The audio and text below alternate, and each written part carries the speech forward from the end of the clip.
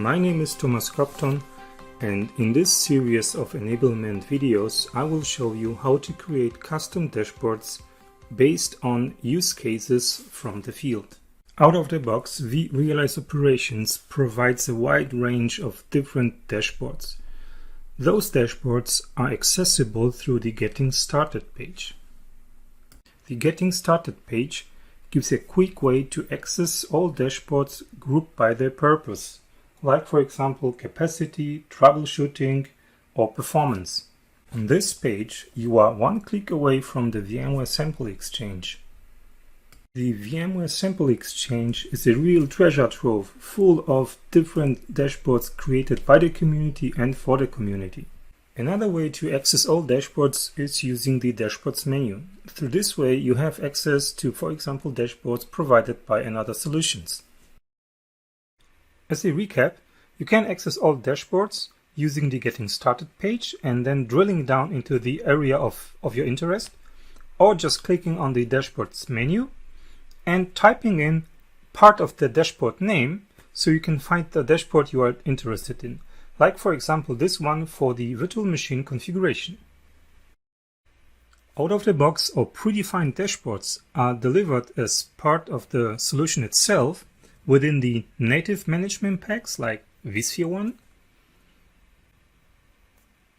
or the vRealize one,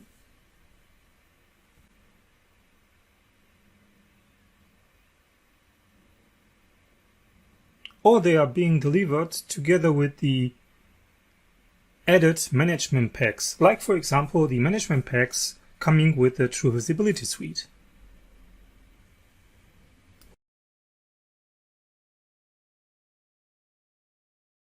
With the advanced edition of vRealize Operations, you have the ability to create your own custom dashboards or clone and adjust existing dashboards to better meet your requirements.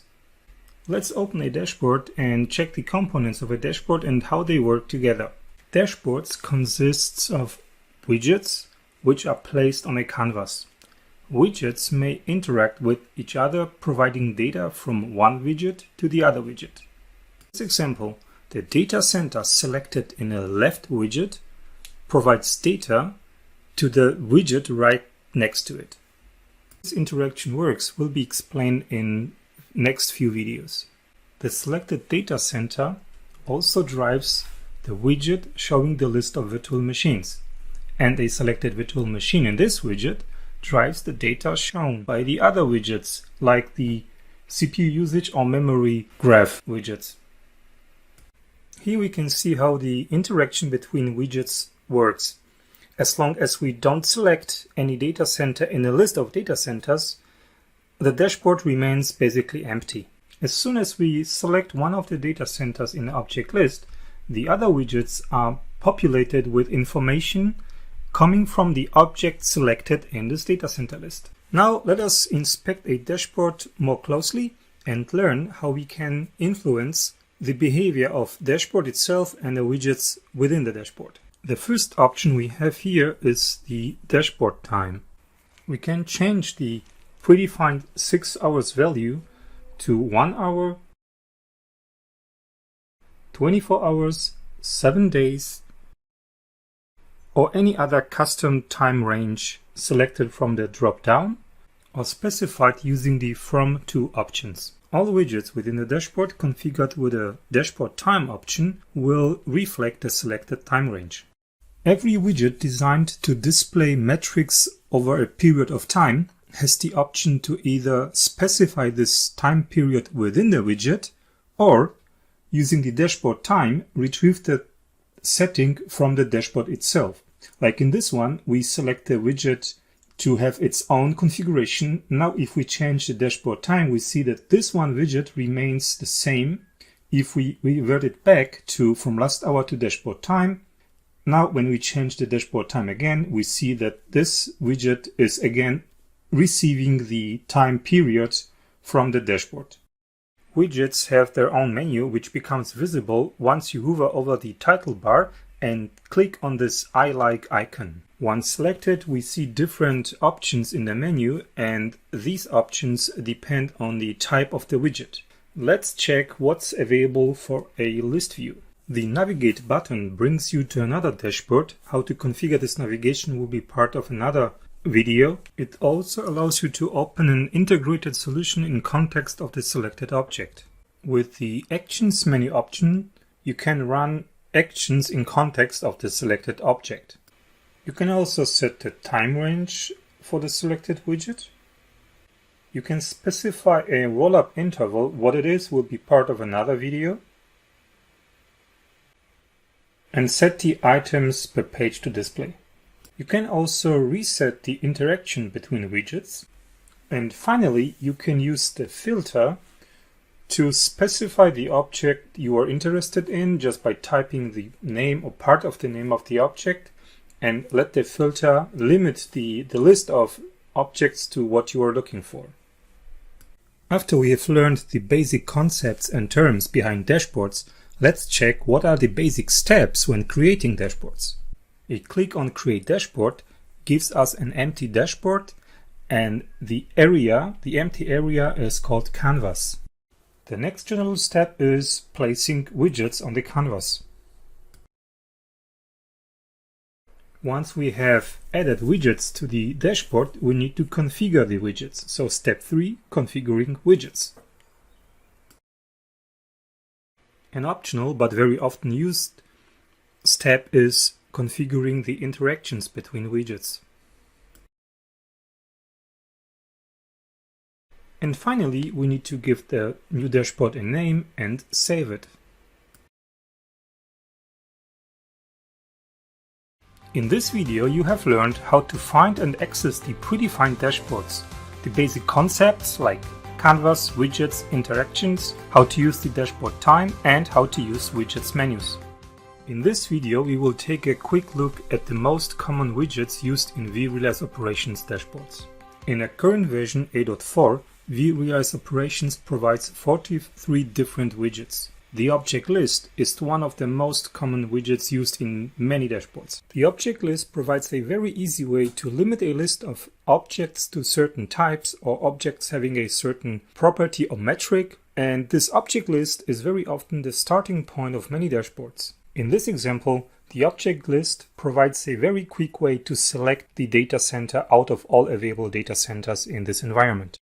One of the widely used widgets is the scoreboard.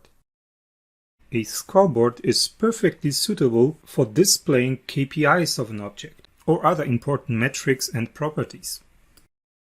One of the most powerful widgets is the heat map.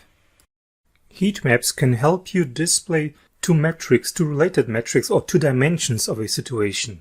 In this example, the heat map shows the data stores in a way where the size of the heat map of the single parts of the heat map is driven by the total capacity of the data store, and the color is driven by the metric use capacity. Another commonly used widget is the health chart. The health chart widget is an excellent way to determine the health of an object by displaying color-coded metrics. The next widget I would like to introduce is the metric chart. The metric chart is the widget you use, for example, during a troubleshooting, where you need to drill down into an object and check certain metrics over time. Another very useful one is the Advanced Object Relationship widget. The Advanced Relationships widget perfectly displays relationships between objects monitored by vRealize Operations. It's perfect when you need to browse your inventory or you're doing a top-down or bottom-up analysis.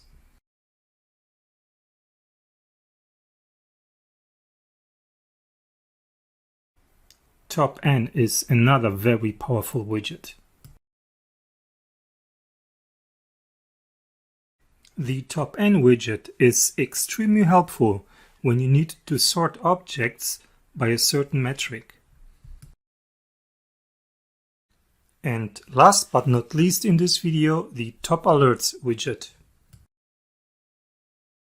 The Top Alerts widget is used to display, for example, the active alerts on a selected object. In this video, you have learned what are the most common used widgets and what are the use cases for widgets like object list, scoreboard, heat map, and few more. Let's begin with an easy use case. I need a dashboard that will help me troubleshoot the performance issues I have with my VM, and it should also include insights into the most important KPIs. We start creating a new dashboard by going to the dashboard page, clicking on the dashboard menu and selecting Create Dashboard. Now we have an empty canvas and we can start placing widgets on the canvas. The first one will be an object list showing the VMs, and the second one will be a scoreboard showing the KPIs. First, we give the dashboard a new name, and having a custom prefix to all your custom content like dashboards, in my case tcopton, is a good way to help you find your content afterwards. We begin with the configuration of the widgets. So let's start with the object list. First, we will give it a name, and I tend to number the widgets to create a kind of a workflow going from one widget to the next one. For better usability, you can resize or maximize the widget. Every widget has a configuration section, and depending on the config itself and the type of a widget, it also might have input transformation, output filter, additional columns. All those different configuration elements will be covered in the upcoming videos of this series. We set this object list to auto refresh its content every 5 minutes, so the list of the VMs. The self provider will be set to on. That means that the information in this widget will be provided by the widget itself, and we don't select the first row here. For this object list widget, we select all as input data. So we are not limiting this widget to only certain objects. We just show everything, or the widget is able to show every object.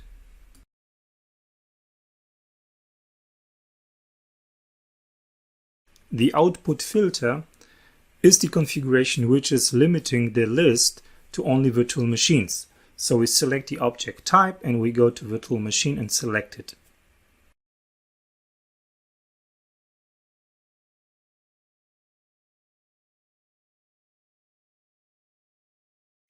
With the advanced option, we can limit the virtual machines we would like to see in this list to only virtual machines which are powered on. This is done through the advanced settings in the output filter. In this advanced filter, you can use metrics and properties or relationship of the object and exactly specify what objects, in that case virtual machines, you would like to see. Like, for example, virtual machines which are powered off and not powered on, or virtual machines which are exceeding a certain threshold for CPU usage or another metric. In this example, we don't configure any additional columns, and once click on Save, we have a working object list showing virtual machines, which are powered on. Now let's go to the scoreboard. First, we give it a name following the numbering we selected previously, and we set the auto refresh for the scoreboard to 5 minutes as well. The scoreboard will receive the input information, so the virtual machine it should show the information for, from the other widget, so in that case the self provider will be set to off. Next we specify how the values itself should be displayed, how many columns we would like to see, and if the boxes should be a fixed size or adjusted to the widget. The scoreboard widget comes with different visual themes.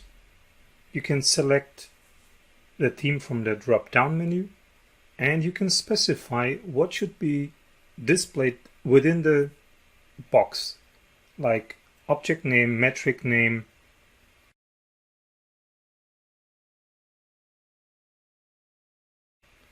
metric unit, or if you would like to see the spark line, which shows you the value over the selected period of time. We don't change the input transformation as we would like to see the metrics for the virtual machine, and the virtual machine is exactly what the object list is providing to the scoreboard, so it's still the same object. Now, output data is exactly where we specify what we would like to see in the scoreboard. So here we select the virtual machine as the object to look up for metrics and properties. And for this virtual machine, we can select the metrics. We start with one metric to show in the scoreboard.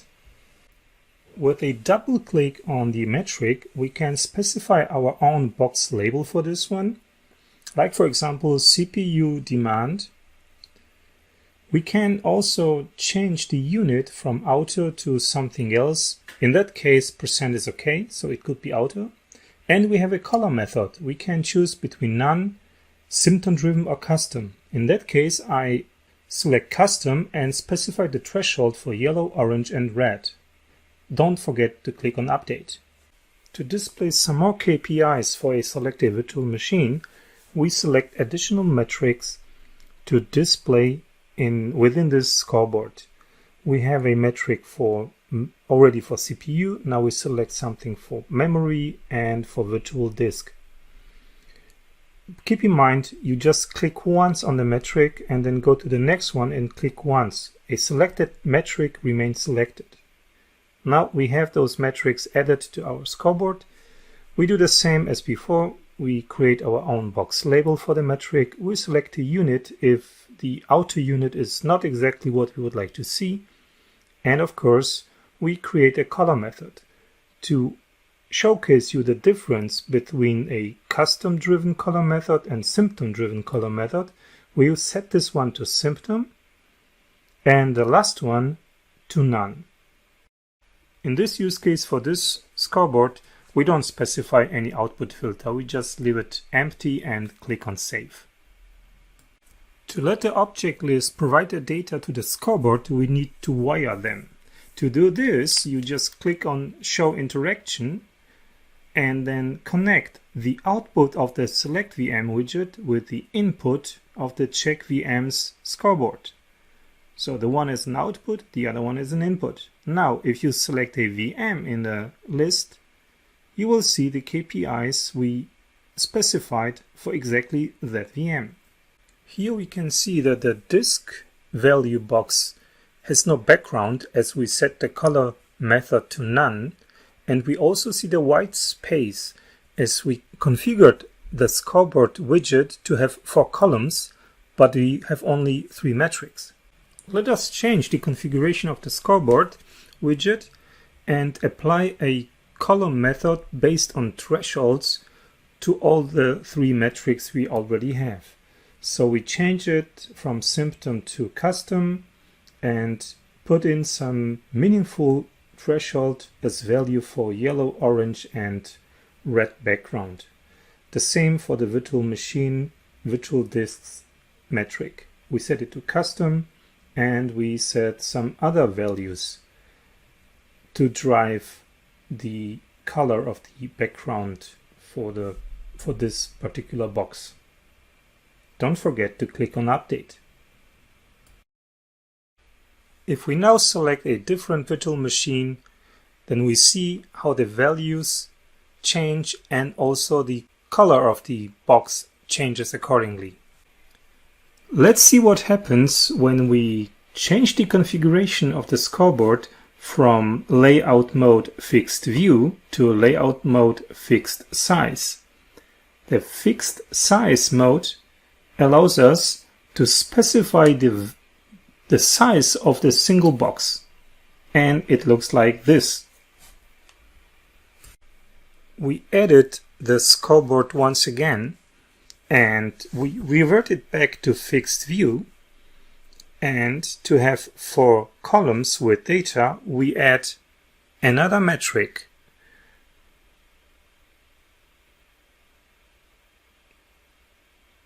we select virtual machine, and for this example, we select a metric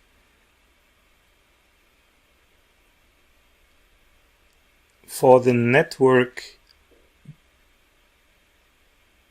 packets dropped value. We configure the metric the same way as we did before. We provide a custom label for this one. We select a unit. We select the color method, and we specify the thresholds for the yellow, orange, and red color for the box. As always, don't forget to click on Update. Now we have 4 wonderful columns filled with data, and if we click on Save, we have our new custom dashboard ready to be consumed from the Dashboards menu. Now just click randomly on any VM and you will see that the KPI scoreboard shows the data we specified within the widget. Now let us quickly come back to the color method of a scoreboard and the symptom option, and let me explain what symptom is. In simple words, symptoms are conditions that indicate problems in your environment.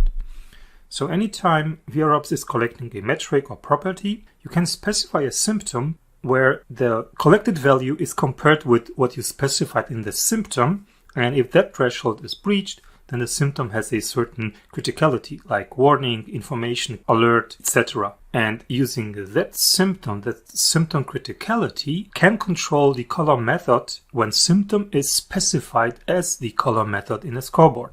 Like in this example where the color of the total disk latency is derived from the triggered symptom. In this case, it is the critical one, which is more critical than the immediate.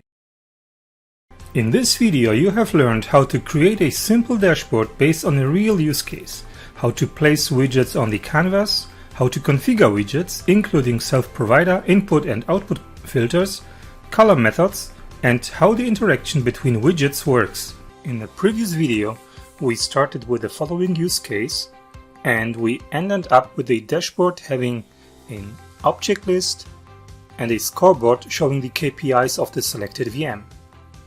In this video, we will learn how to extend that dashboard to help us troubleshoot a virtual machine. To do this, we will resize and rearrange the widgets on the dashboard and add another widget, the metric chart, to the dashboard to show the KPIs, the selected KPI, over a period of time. Okay, let's get started. We edit the dashboard. We resize the widgets, and as you can see, the widgets snap to the grid. Now we have enough free space to place the metric chart right next to the scoreboard.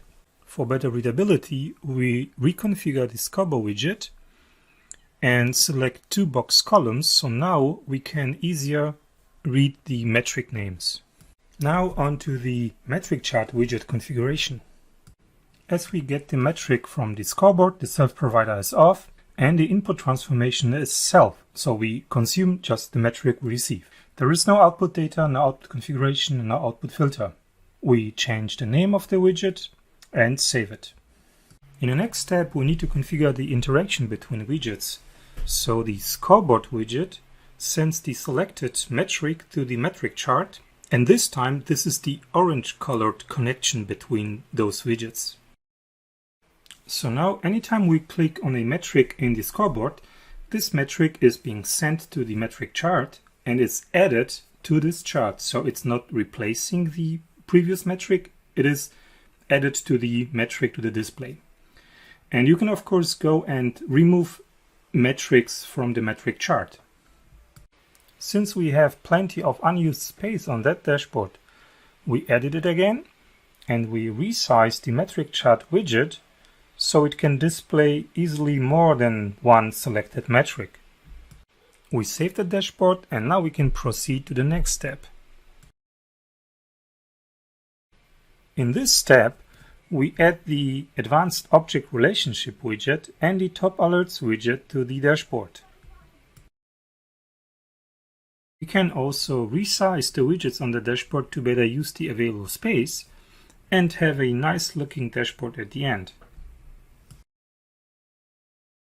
Now let's configure the object relationship widget. As always, first we rename the widget, the self-provider is off as we are receiving the object, and now the most important part, the inventory tree we select for this object relationship widget. So what is an inventory tree? As objects in vRops can have relationships to many different objects, an inventory tree provides an easy way to limit the display of those relationships to a certain tree or traversal spec. For example, focusing only on vSphere objects or only on NSX objects or any other context. Those inventory trees or traversal specs are provided by the vRops itself or are delivered together with the solutions or management packs. In our widget, we set the inventory tree to vSphere hosts and clusters, and we set the number of levels for children and parent objects to 5. As there is no additional configuration to this widget, we need to set up the interaction between the object list and the relationship widget. Now we can go to the object list, select a virtual machine, and the object relationship widget shows us all the related objects, like the ESXi host where the VM is running on, the vSphere cluster, the data center, the data store, etc. We can zoom in and zoom out and also fit the view to the size of the widget. If you would like to start the inventory tree at the vCenter level, for example, we go to the configuration and we change the parent depth to 3. Let's configure the top alerts widget. As always, we rename the widget. We specify what alerts we would like to see based on their impact. In our case, we would like to see all alerts. As we want to see the alerts for the selected object itself, we set the input transformation to self. And now, of course, we need to set up the interaction between the relationship widget and the alerts widget. Now, anytime we click on an object in the relationship widget, we will see the active alerts on exactly that object, like for example for the virtual machine or the selected cluster in here. And finally, we have a working VM troubleshooting dashboard where we can select a VM. We quickly see the KPIs for that VM. If we click on a KPI on a metric, we see that metric over time. We can select multiple metrics. We also see all the related objects to that VM. And if we click on one of those objects, we see the active alerts. In this video, you have learned how to improve the simple dashboard we have created in the previous video, how to resize and move widgets on the canvas, and how the relationships widget works based on object relationships and inventory trees. Let's work on a more complex scenario. The use case here is I need to troubleshoot VMs and ESXi hosts, including the underlying hardware. When you're creating a more complex dashboard, sometimes it's easier to start with pen and paper and have an idea how it should look like at the end. In this dashboard, I would like to have a list of my VMs which have CPU or memory contention. Once I have selected a VM, I would like to see a CPU usage chart and a memory usage chart for this VM.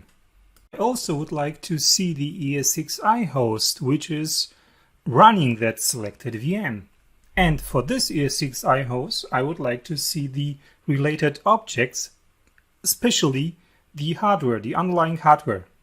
And lastly, for the selected ESXi host, I would like to see the top 5 or top 10 VMs from the CPU, memory and disk perspective. Okay, let's start. First, we rename the dashboard and save it so we can easily find it again. Now we can place and resize and position all the widgets we specified in our pen and paper blueprint on the empty canvas. The easy part first, we edit the dashboard and we change the names of the widget within the dashboard to make it easier to find the right widget during the configuration in the next step. And I tend to use numbering as part of the widget name to have a kind of a workflow within the dashboard when consuming the dashboard at the end. Good, we start with the first widget, the object list. As always, we set the refresh content to be 5 minutes, and this one as the starting point is a self-provider, and we set the output filter to only show virtual machines in this widget.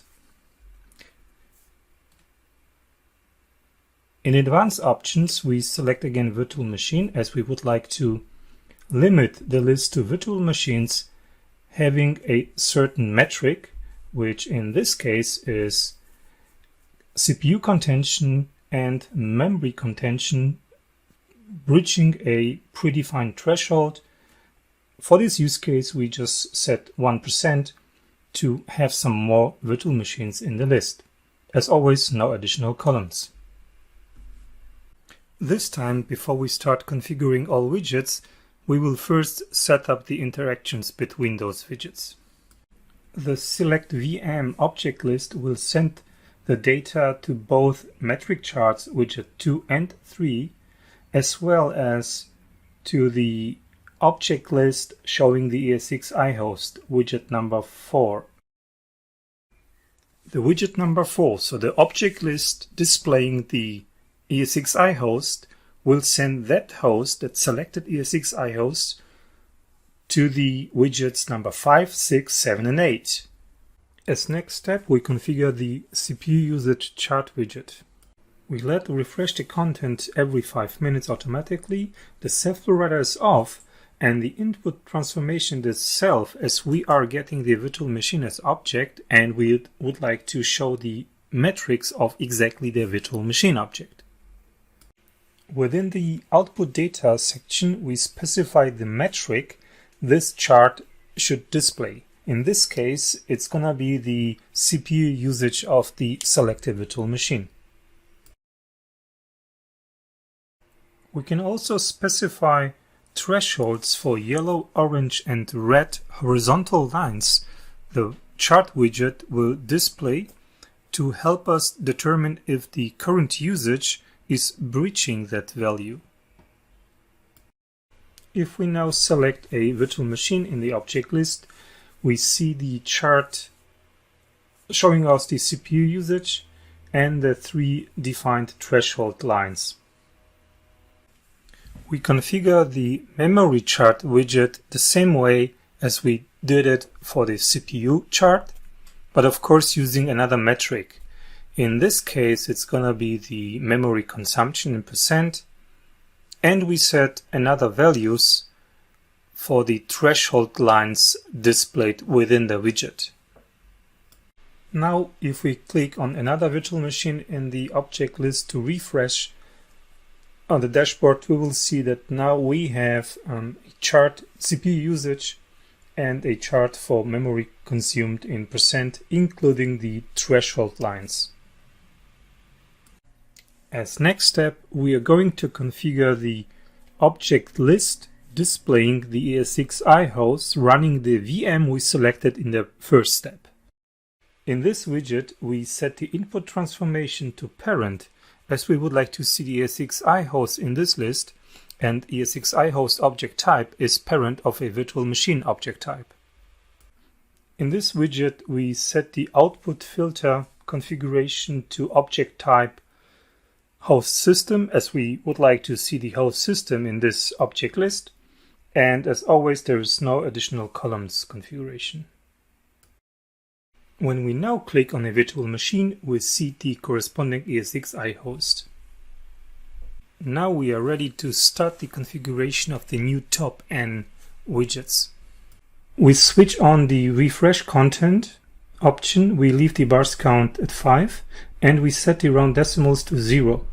Now the most important part, we configure the metric analysis as we would like to see a metric, and we set it to top highest utilization here. As we would like to see the top 5 VMs for the selected host, we select children as the input transformation. Now we need to specify the metric we would like to display. We select as object type virtual machine, and as the metric we would like to display, we go for CPU usage in %. We specify the label to display and the unit.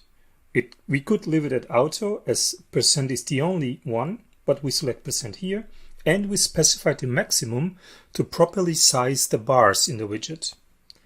The color method is here custom, as we would like to have different colors for different thresholds.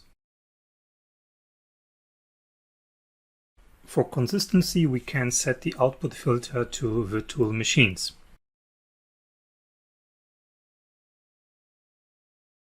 Now, if we click on the ESXi host in widget number 4, we see the top 5 CPU consumers listed from the highest one to the lowest one. The configuration of the top 5 memory consumers widget is basically the same as the one for the CPU consumers. The only difference is, of course, the metric we're using here. Here we're using the memory usage in % as in this example.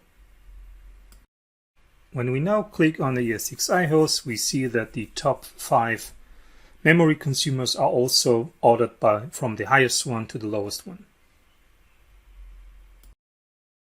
And finally, the top 5 storage consumers. Again, the only difference is a different metric reflecting the total IOPS of a VM. Until now, we configured every widget with auto select first raw set to off, and that leads to an empty dashboard when it's selected for the first time. To change this, we set auto select first raw to on, and the object list will have the first item auto selected, and therefore having the other widgets populated with data. If we do this also for the widget number 4, then we have the dashboard automatically populated with data when we access it for the first time. Now we are going to configure the relationship widget. Essentially, we are specifying how many levels we are going up and down in a relationship chain coming from the object this widget is receiving to display another objects related to this one. Objects may have many relations between each other, and inventory trees are more or less kind of templates limiting the display of those relationships to certain object types. And with this setting, we now see vSphere objects related to the selected ESXi host. With the True Visibility Suite HPE management pack, for example, we can see HPE hardware objects related to the ESXi host. In this video, you have learned how to create a more complex dashboard starting with pen and paper and having the requirements of the use case in focus, and how to configure new widgets like metric chart and top N. In this video, you will learn how to use views within dashboards. A common use case is, for example, a dashboard providing a quick overview of the utilization of vSphere resources. We start with an empty canvas and plan our dashboard. At the top, we would like to have a list of clusters with their utilization-related most important metrics, and below that list, another list with ESXi hosts within the selected cluster, again as well with their most important utilization-related metrics. Good, so let's give the dashboard a new name and switch from the widgets to the available view types. First, we place 2 list views on the empty canvas as planned at the beginning, and we resize them to better use the available space. We begin with a very basic config. As always, as the first step, we rename the widget. If we now just save that widget, it will tell us that the configuration is invalid. That's because we did not specify any actual view in this widget. To shorten the list of available views, we set the filter to subject equals cluster compute resource for our use case. And now we select one of the views provided by vRops out of the box. After saving the widget, we see that there is still no data being displayed. As this view is basically the starting point in this dashboard, we need to set the self-provider option to on. Being self-provider, we need to specify the input data, so the objects being displayed in this view, and we do this with select objects, going to vCenter adapter, and now we could either select a certain cluster or a certain data center, or if you want to see all clusters within vSphere, we go to vSphere and vSphere World. vSphere World basically contains every single vSphere object managed by this VROps instance. The output data is still the same view we selected before, and now after saving the widget, we see clusters in the list view. Now we need to configure the other list view widget. And this time the self-provider is off, as we will receive the cluster from the previous view. The output data is again a predefined view. We can limit the list by setting the filter to subject equals host system, which is the ES6i host, and select one of the available views, which is appropriate for our use case. Now let's rename and save it. The last step of the configuration is the interaction between those two views. We connect the output of the first view with the input of the second view. Now we can save the dashboard, and anytime we select a cluster in a first view, this cluster is the input from the second view showing the ES6i host within that cluster. Up to this point we were using out-of-the-box views. If you would like to use your own custom view, you just edit it again. Go to the list. You can limit the list by setting a filter, for example to a prefix you are usually using as part of the name, and selecting the right view. If the new view needs more space to display all columns, we can easily resize the view widget. For the list of hosts, we follow the same procedure. We limit the list of views by setting the filter by object type and part of the name, so we can easily find our custom views, and we select the one we would like to use here. Let's resize the second view to make the appearance more consistent, save the dashboard, and now we can use it. Anytime we select a cluster, we see the utilization KPIs for the cluster, and we see also utilization KPIs for the hosts within the cluster. In this video, you have learned how to add and configure views within dashboards and how the self-provider option works for views. In this video, you will learn how to get more out of the widgets like heat map to make management using dashboards easier and most efficient, as well as how to make widget configurations reusable. In our use case, we would like to have a quick way to switch the view in a heat map from being CPU allocation focused to CPU demand to analyze the capacity. Like in this example, where we can switch the heat map for cluster remaining resources from capacity to time or VM. Okay, let us quickly check how to configure that feature. So what we would like to have is basically a list where we can select a data center, send that selected data center as input object to the heat map to view the cluster capacity from the CPU perspective, and have the ability to select between demand and allocation model, and then send that selected cluster to the both new widgets we learn in this video, the time remaining and the capacity remaining widget. I have already configured the object list and the necessary interactions so we can focus on the heat map. As usual, let us first rename the widget and set the input transformation to children, as we would like to see the children vSphere clusters for the selected data center in this heat map. To have different views on different metrics within one heat map, this widget provides the concept of configurations. Our first configuration will show us the remaining CPU capacity from the demand perspective using the corresponding metric. After giving the configuration a unique name, we can specify how to group the tiles within the heat map for this config. As the metric we are going to use in this heat map is not an instance metric, we set the mode to general.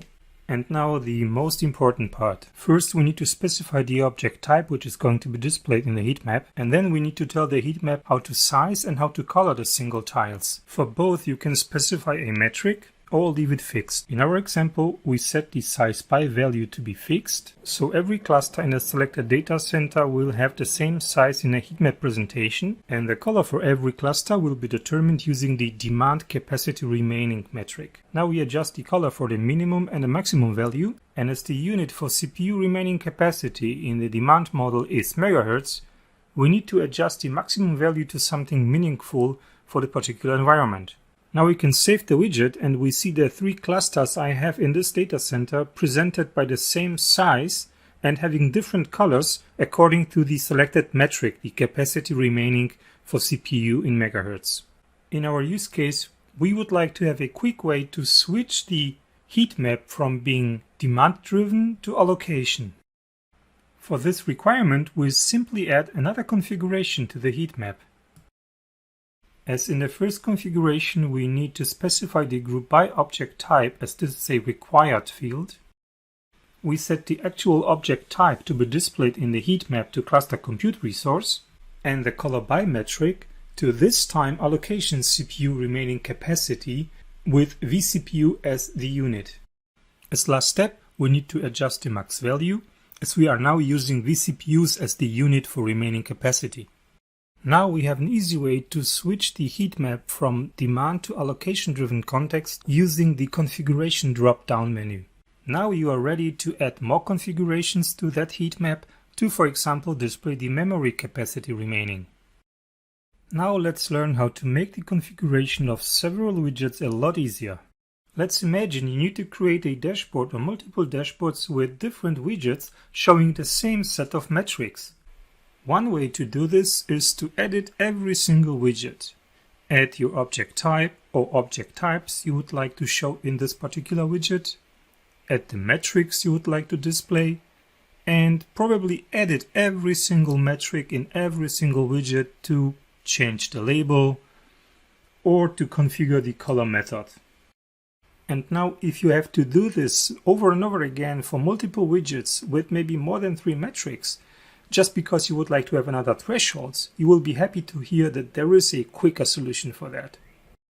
The configuration files are the best way to create a reusable set of metric descriptions. First, we create a new configuration in the resource kind folder and give it a name.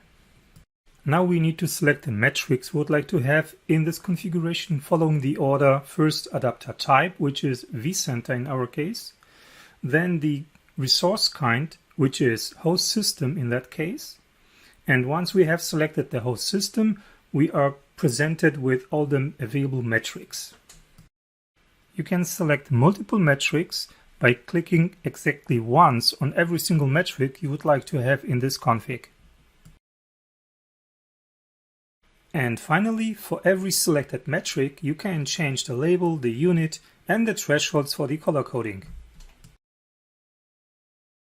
And now, instead of selecting and configuring every single metric in every single widget, we can go and select our metric configuration to be used within the widgets. And now, if we need to change a metric label, unit, or threshold for the color coding, we only need to change one config file. In this video, you have learned how to create multiple views within one heat map, and how to create metric configurations to make widget config easier and reusable. In this video, you will learn how to export and import dashboards as well as the entire content in vRealize operations. After you have created your custom dashboards, you may want to backup your work to an external location. The easiest way to do this is via the Manage Dashboards page. Here you can use the filter functionality to quickly find the dashboards you would like to export, select one or multiple dashboards, and then just export the selected content into a zip file. Now let's test the import. First, we delete one of the dashboards we exported in a previous step, and now we import the zip file containing the dashboards. We select rename for all those dashboards which are in the file and still in vRops. The import process may take some time to complete. Such dashboards will be imported into vRops having a new name with the index number at the end. The small wrench icon next to the name of a dashboard shows that the dashboard itself is being internally configured and it should disappear after a few seconds or minutes. Just refresh the page. Finally, we can see our deleted dashboard back in the system. Now, if you would like to export all the content you have in your vRealize operations, you go to Administration, Content Management, and here you can generate an export file containing everything like alert definitions, custom groups, dashboards, etc. That process can take several minutes to complete. Once finished, you can download a zip file. Now let's imagine we have lost few of our dashboards and we need them back. That's an easy task. We go to Content Management and import our zip file. As we would like to import only the dashboards we have lost, we select Skip Items. In case of conflicts, we select the zip file we created in a previous step and we start the import process. That process may take some minutes to complete. After the import has finished, the content is available again. In this video you have learned how to export and import single and multiple dashboards, as well as how to export and import the entire content in vRealize operations. In this video you will learn how to share your dashboards with other users and user groups. Now we have our custom dashboard and we would like to make it available for other users and groups. So what options do we have? The quickest and easiest way to share a dashboard with others is the Share Dashboard functionality within the dashboard. You have the choice between creating an auto-expiring link you can share with others, sending an email containing a also auto-expiring link, an iframe you can use to embed into other pages, sharing via AD or VIDM group, or just exporting the dashboard into a file. Okay, let us check how the URL sharing actually works. One click on the Copy Link button creates the link you are sharing with others. Now you can paste that URL into a browser and you will see that we don't need any login to use that shared dashboard. Another way of giving authorized users access to dashboards is through the Manage Dashboard Sharing functionality. The Manage Dashboard Sharing feature allows you to share dashboards with local VIDM or AD integrated user groups, as well as with any user logged in into vRealize operations and having sufficient permissions. In this example, you can see that I'm not sharing any dashboard with the engineering department. We are going to change it. You can use the filter to quickly find the dashboards you would like to share. Then you select the dashboards and simply drag and drop the selected dashboards onto the group you would like to share those dashboards with. Now we are logged in with an user account, which is member of the engineering group, and with that account we have access to both dashboards we have just shared. To stop sharing any dashboard with any group, you just go to Manage Dashboard Sharing, click on the group you would like to stop sharing with, select the dashboards you would like to move from sharing, and then click on Stop Sharing, and at the end on the Save button. When we now log in again with the same account as before, we see that both dashboards disappeared from the menu. In this video you have learned how to share dashboards using the URL sharing option with users without login permissions to vRealize operations, and how to share dashboards with vRealize operations users. In this video you will learn where to find more useful dashboards and other vRealize operations content. One of the sources is the vRealize operations sample exchange. You can get there directly from the Quick Start page. Or you go to the Getting Started page and click on More Dashboard Samples. On the Sample Exchange website you can set the filter to show only dashboards, select your dashboards you are interested in, see the preview and download the zip file. The VMware Code website is another way to access the Sample Exchange. Among plenty of different code samples here, you can search for dashboards, see their preview, see how to install the dashboard after downloading, and finally download the dashboard and import it into your vRealize operations.